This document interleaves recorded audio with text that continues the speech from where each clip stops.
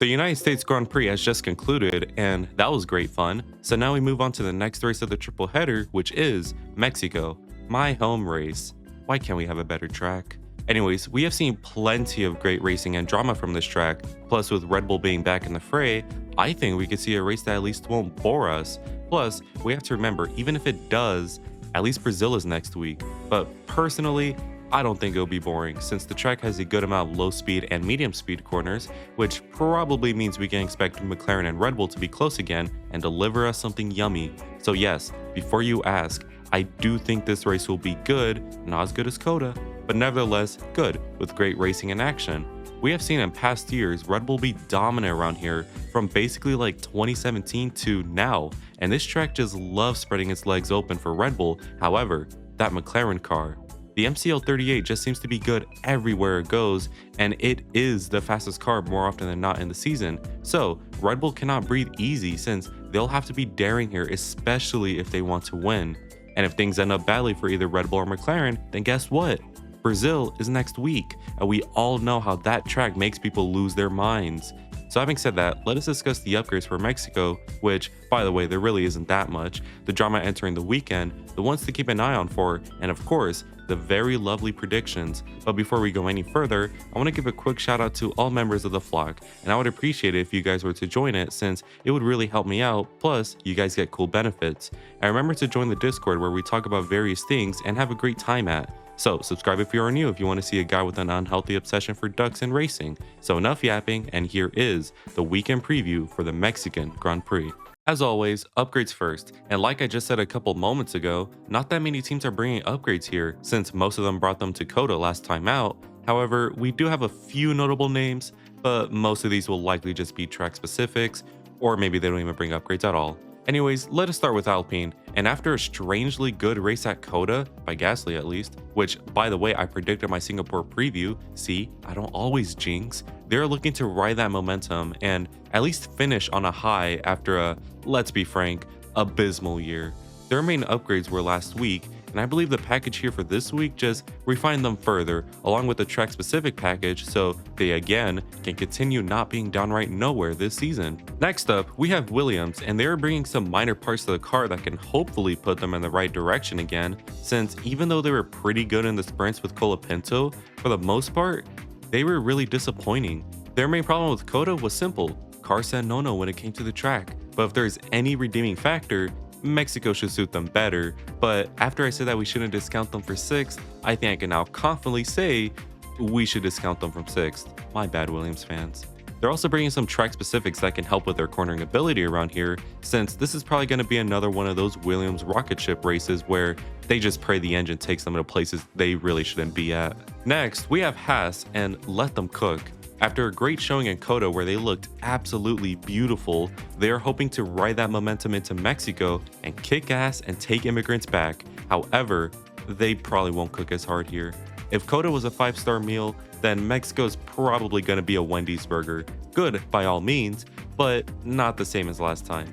This mainly comes from the big ass line in the track that serves as a straight, since Haas aren't exactly known for their straight line speed this year, and even if they make up their pace deficit in the corners like they just did in Coda, they still aren't going to be that good since there's less corners and longer straights. But look at the calendar next week.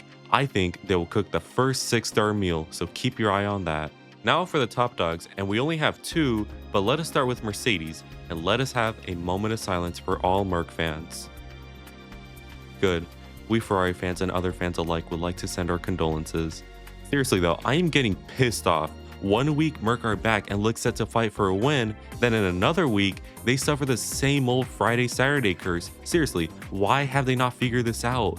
Friday, they look great and cool in the car. Then enter Saturday, and the car is a piece of shit on a piece of shit and leaves Lewis Hamilton so demoralized like never before.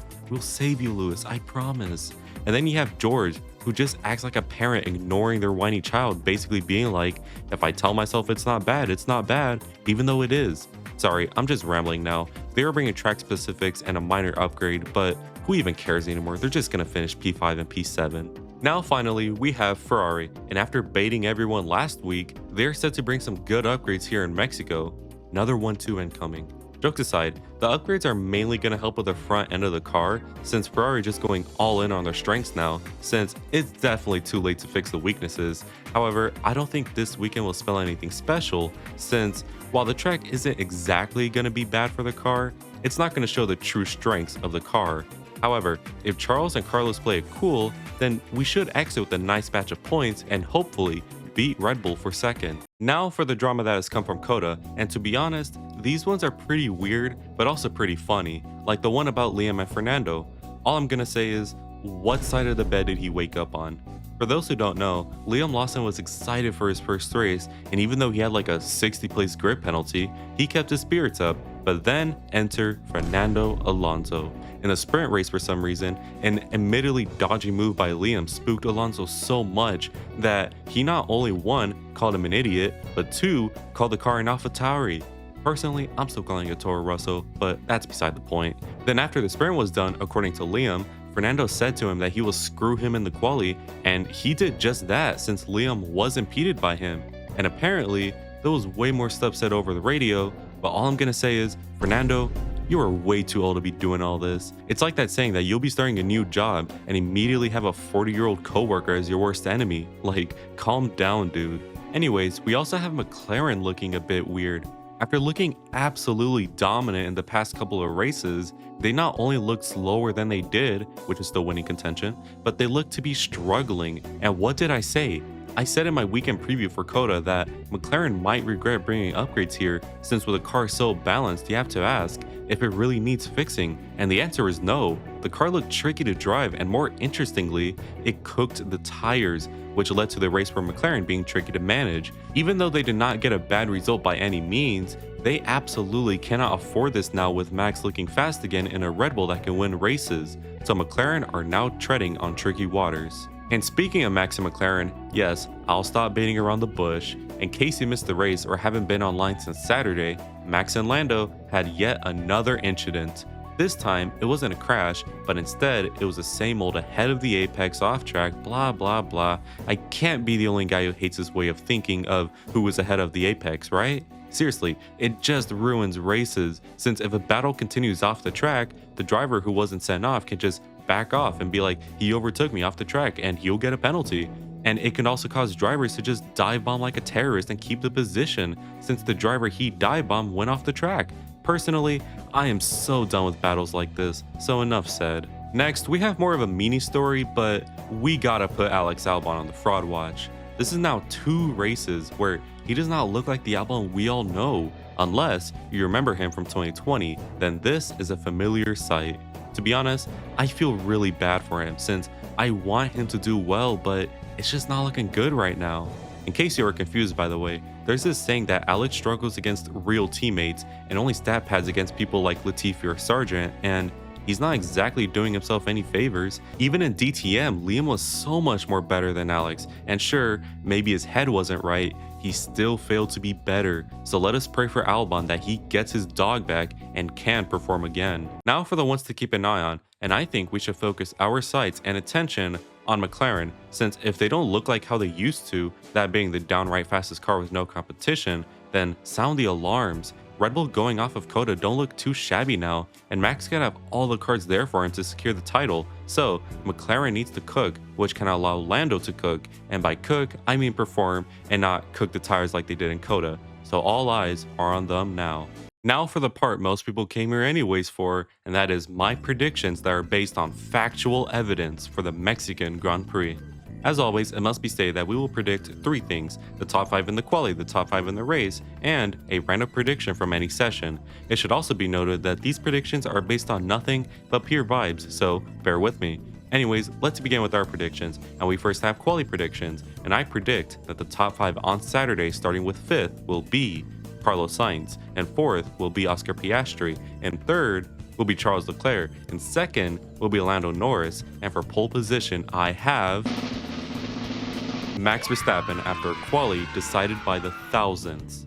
Now for the top 5 on Sunday for the race, and starting with 5th will be Carlos Sainz, and 4th will be Charles Leclerc, and 3rd will be Oscar Piastri, and 2nd will be Lando Norris, and the winner of the United States Grand Prix is Max Verstappen.